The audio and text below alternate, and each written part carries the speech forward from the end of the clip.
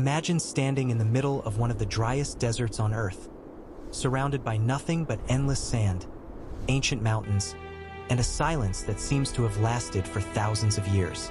Then you look down and realize you are standing inside a drawing so enormous that you cannot see what it is. A line stretches across the desert for miles. Another cuts through the landscape with almost impossible precision. And scattered across the barren ground are giant images of creatures that should have disappeared from human memory long ago. For centuries, a spider, these colossal a figures hummingbird, have guarded the desert. a monkey, a strange bird, a whale, and enormous geometric shapes carved directly into the earth. These are the Nazca Lines, one of the greatest archaeological mysteries ever discovered. They were created more than 1,000 years ago by people who had no airplanes, no satellites, no modern surveying equipment, and no way to look down from the sky as we do today. And yet, from above, their designs appear astonishingly precise. So why did they do it? Were these enormous figures created as sacred symbols for their gods? Were the endless lines ancient ceremonial pathways? Were they connected to water, fertility, the movement of the sun, or the stars? Or was there another purpose we still do not understand? For decades, people have asked an even stranger question. If the Nazca people could not see these enormous drawings from the air, then who were they actually made for? Some theories have pushed this mystery far beyond archaeology, suggesting ancient technology or even visitors from somewhere beyond Earth. But the real story may be even more fascinating than those theories, because modern science is beginning to reveal that the Nazca landscape contains far more than the famous images we have seen in photographs. And recently, researchers using artificial intelligence have discovered hundreds of previously unknown geoglyphs hidden across the desert, which raises a chilling possibility. What if we have only seen a tiny fraction of what is really out there? Tonight, we are going deep into the Nazca Desert to follow the evidence, separate fact from legend, and uncover the mystery behind the giant drawings that have watched silently over this landscape for nearly 2,000 years. And by the end, you may realize that the biggest mystery is not how the Nazca Lines were created, but why they were created in the first place. Far from the crowded cities, far from the highways and modern world, the southern coast of Peru opens into one of the most unforgiving landscapes on Earth. Here, the land seems almost lifeless. Rain is rare, vegetation is sparse. The sun burns relentlessly overhead, and the wind moves across the desert with nothing to stop it. From the ground, there appears to be little here worth noticing. Just rocks, dust, mountains, and an endless horizon. But somewhere beneath that harsh surface lies a secret created by human hands more than 1,000 years ago. And you cannot truly understand it until you see the desert from above. As the camera rises higher and higher, the empty landscape begins to change. Lines emerge from the ground. Perfectly straight lines stretch toward the horizon, crossing the desert as if someone had drawn them with a ruler. Some continue for hundreds of meters. Others travel much farther, disappearing into the vast brown landscape before reappearing again. Then, almost without warning, something extraordinary comes into view. A gigantic hummingbird takes shape beneath the camera. Its long beak points toward the desert.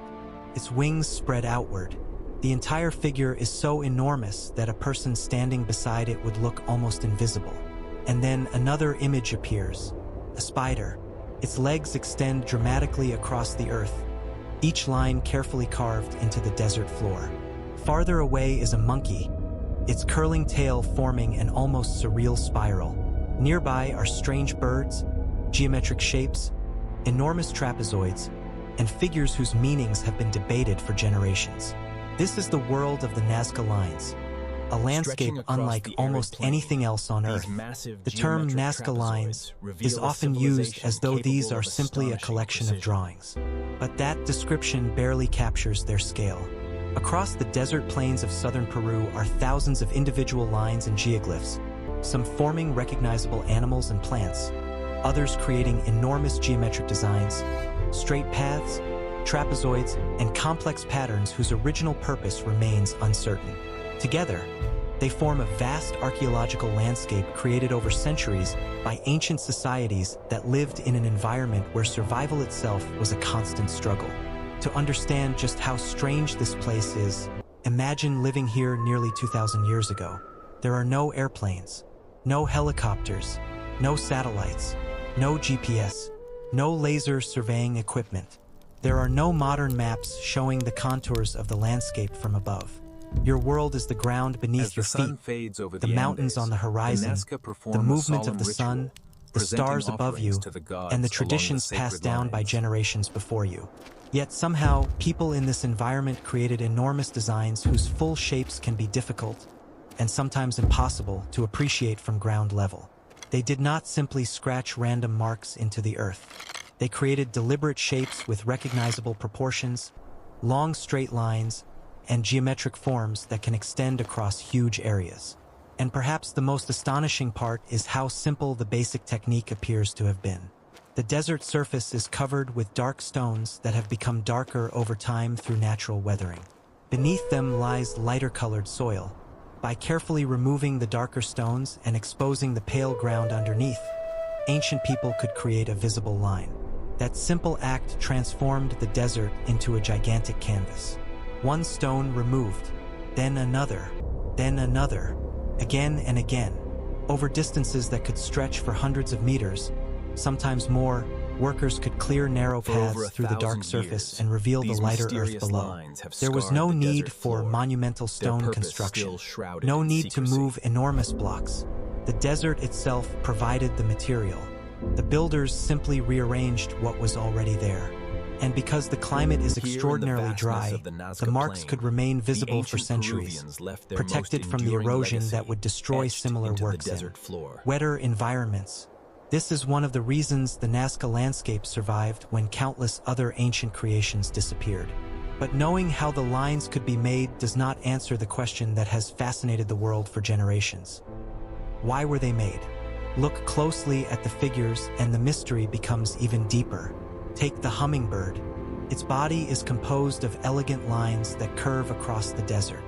The wings and tail are carefully defined. The proportions create a recognizable animal even though the entire image is hundreds of feet across. Then there is the spider, with long, delicate legs extending outward from a compact body.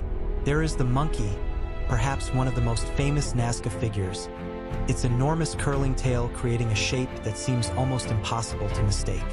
And then there are figures that are far more difficult to interpret. Some resemble birds. Some appear to represent plants or animals. Others are abstract.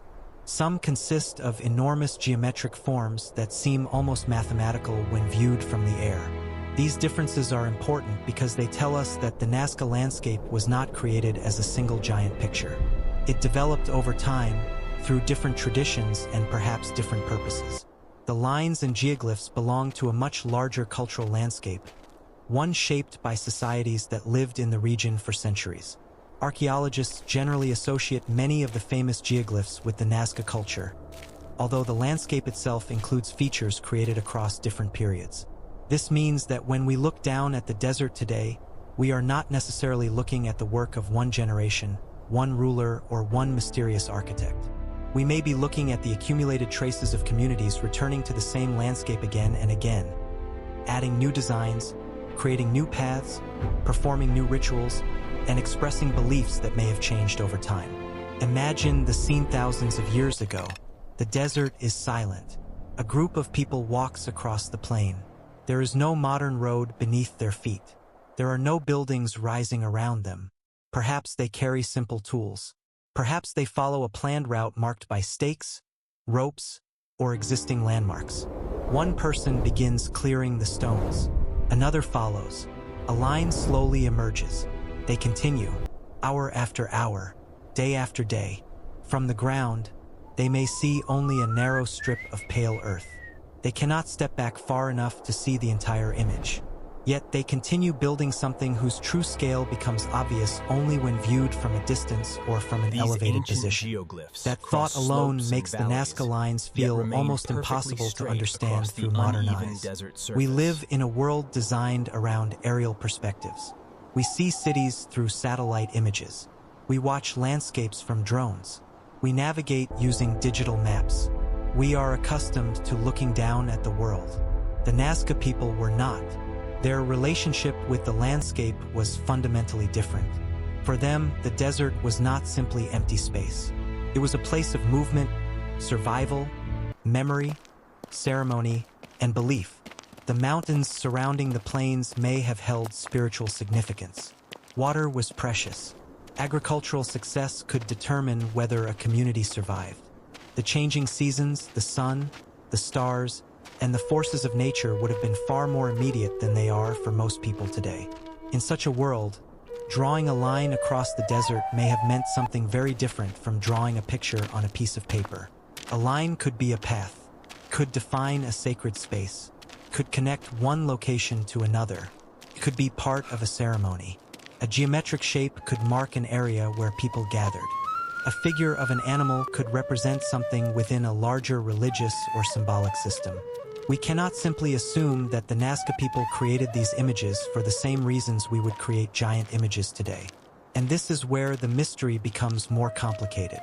For decades, popular culture has presented the Nazca Lines as an impossible puzzle. How could ancient people create something so large? How could they make such straight lines? How could they design recognizable animals without seeing them from the air? The questions sound powerful because they seem to suggest that some advanced technology must have been involved. But archaeology tells us that ancient civilizations were capable of extraordinary achievements using surprisingly simple tools: careful planning, geometry, and enormous amounts of human labor. The existence of a mystery does not automatically mean there must be an extraordinary explanation. In fact, sometimes the most fascinating mysteries survive precisely because we underestimate what ancient people were capable of doing with limited technology. Consider the simplest possibility. The builders may have understood their environment far better than we do. They knew the terrain because they lived there. They knew where the stones changed color.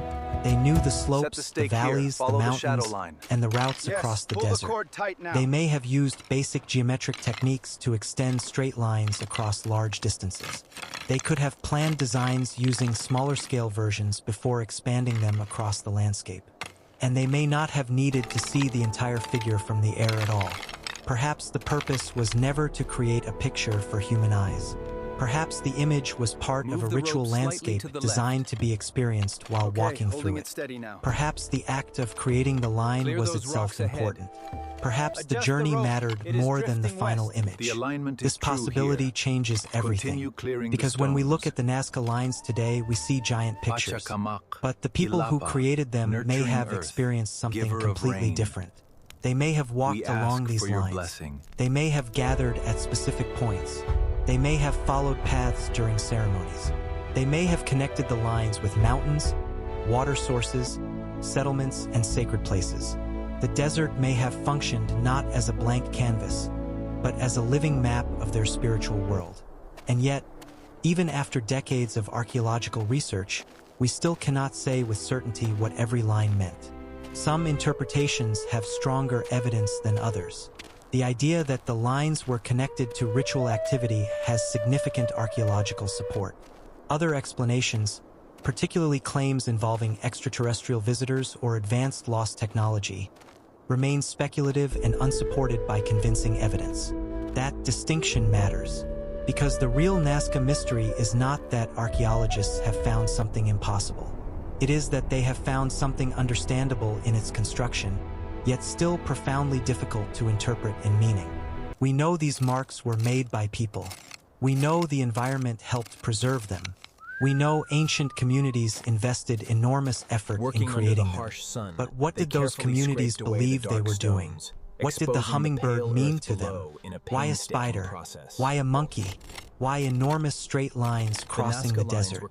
Why create some figures that are so large they seem almost disconnected from the human scale? And perhaps the most haunting question of all, when the final workers stepped away from the last line and looked across the desert, what did they believe they had just created? Today, from an aircraft thousands of feet above Peru, the answer seems obvious. We see the animals. We see the geometric forms. We see the extraordinary scale. But down on the desert floor, thousands of years ago, there was no aircraft waiting overhead.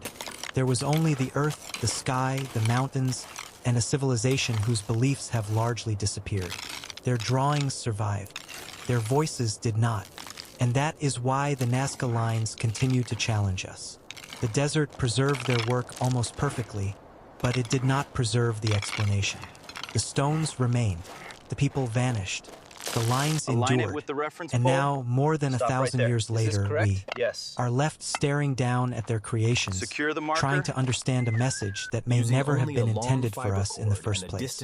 But before we can ask what these mysterious drawings meant, we have to answer an even more fundamental question. How did ancient people create something this enormous with nothing more than the desert beneath their feet? And when we examine the technique closely, we may discover that the Nazca Lines are not a story about impossible technology at all, but about something far more remarkable, what human beings can accomplish when an entire landscape becomes their canvas. The Nazca Lines look impossible from the sky, but the most surprising thing about them may be that the people who created them did not need impossible technology at all. They needed something much more powerful: patience, planning, knowledge of the land, and an extraordinary understanding of simple geometry. To see how the Nazca could have created these enormous designs, we have to forget the modern image of an ancient civilization standing beneath the desert sky with some mysterious machine capable of drawing perfect shapes from above. The reality was much simpler, and perhaps even more impressive. The desert itself provided almost everything they needed. The surface of the Nazca Desert is covered with small stones and gravel that have been darkened by centuries of weathering. Beneath that darker layer is a much lighter-colored ground. When the ancient builders moved the dark stones aside, they exposed the pale earth underneath, creating a line that could be seen clearly against the surrounding surface. In other words, they did not need to paint the desert. They did not need to carve deeply into solid rock. They simply rearranged the surface. A few inches of movement could transform an ordinary patch of desert into a visible mark that might survive for centuries. And that simple technique raises an extraordinary possibility. What if the greatest technological secret of the Nazca Lines was not some lost machine, but an intimate knowledge of their environment? Imagine standing on the desert floor more than 1,000 years ago. You look around and see an almost endless field of stones. To us, it may appear chaotic. To the people who lived here, it was familiar territory. They knew the texture of the ground. They knew where the surface changed. They knew which areas were suitable for clearing and which were not. They understood the landscape through daily experience. That knowledge could have made the desert itself a kind of enormous construction material. But creating a small line is one thing. Creating a perfectly controlled line that extends for hundreds of meters is something else entirely. This is where geometry becomes important. A straight line does not require modern surveying equipment. Humans have been capable of creating straight lines for thousands of years. With simple stakes, ropes, cords, measuring points, and visual alignment, ancient builders could establish a direction and extend it across the landscape. One person could stand at a distant point while another positioned a marker closer by. Additional markers could then be placed between them, creating a visual guide. By repeatedly aligning these points, a line could be extended over a remarkable distance. The technique sounds almost too simple, but simplicity does not mean ease. A small error made at the beginning could become a much larger deviation after hundreds of meters. The builders therefore needed to coordinate their work carefully. They needed to maintain direction. They needed to understand the terrain. They needed to know where the line should begin and where it should end. And they had to do all of this without the benefit of aerial photographs or digital maps. The astonishing precision of some Nazca Lines is therefore not evidence that ancient people possessed modern technology. Instead, it may be evidence that they possessed something archaeologists have repeatedly discovered in ancient civilizations: sophisticated practical knowledge that was passed from generation to generation. Now consider the enormous animal figures. A hummingbird seen from the air looks like a single coherent image. But how would you create that image if you were standing on the ground? One possibility is that the builders did not begin with the giant figure itself. They may have worked from a smaller design or used proportional methods to enlarge a plan shape. Think about an artist transferring a small drawing onto a much larger surface. The artist does not need to see the entire final image at once. They only need a system for maintaining proportions. A small, Grid can become a large grid. A short curve can become a long curve. Align the next marker A series of measured points can define the outline. With enough workers and enough time, the design can grow across the desert. Align it precisely The with the Nazca twin did not peaks. need to understand modern mathematics to accomplish The line this. is true. They needed practical geometry. They needed Align the this ability rope to with the divide third peak from the distances, left. establish Like this? angles, Yes, hold it steady reproduce there. proportions, and maintain visual relationships. These skills were well within the capabilities of ancient societies. And there is another detail that makes the story even more fascinating. Many of the Nazca figures are not simply outlines drawn with a single uninterrupted stroke. Their shapes often consist of carefully planned paths and cleared areas. Some lines are narrow, others are much wider. Some geometric figures resemble enormous trapezoids. These are not random scratches scattered across the desert. They are deliberate modifications of the landscape. In certain places, the lines appear to converge, intersect, or radiate outward. From above, the effect can look almost like an enormous diagram. But on the ground, the experience would have been completely different. A person walking along one of these lines might see only a pale strip of earth extending ahead of them. They would not necessarily see the animal or geometric figure that we recognize from the sky. This distinction is crucial because it challenges one of the most common assumptions about the Nazca Lines. We tend to believe that because the designs are visible from above, they must have been designed to be viewed from above. But that conclusion does not necessarily follow. Consider a cathedral. A person standing inside may experience it completely differently from someone looking at it from an airplane. Consider a mountain trail. A person walking it experiences a journey, while someone looking at a map sees a shape. The Nazca Lines may have worked in a similar way. The people who created them may not have thought of them primarily as giant pictures. They may have understood them as paths, ritual spaces, boundaries, or sacred places. In that case, the question, how could they see the drawing, may be the wrong question entirely. Perhaps they never needed to. But then why were some of the designs so carefully shaped into animals? Why create a spider or hummingbird if the people on the ground could not appreciate the complete image? This is where archaeology enters a difficult territory. The evidence can tell us how the lines were physically created, but determining why particular shapes were chosen is far more complicated. We can compare the figures with known artistic traditions. We can examine pottery, textiles, settlement patterns, burial practices, religious imagery, and environmental conditions. We can study where the lines are located and how they relate to nearby mountains, water sources, and ancient settlements. Piece by piece, researchers can build hypotheses, but the original voices of the Nazca are gone. There is no surviving written explanation saying, "We created this hummingbird because..." There is no ancient instruction manual explaining the meaning of every line. That absence is one of the reasons the mystery has survived. But perhaps the greatest challenge was not designing the lines. It was organizing the people needed to create them. Even a simple line can become enormous when it stretches across the desert. Someone had to plan it. Someone had to direct the work.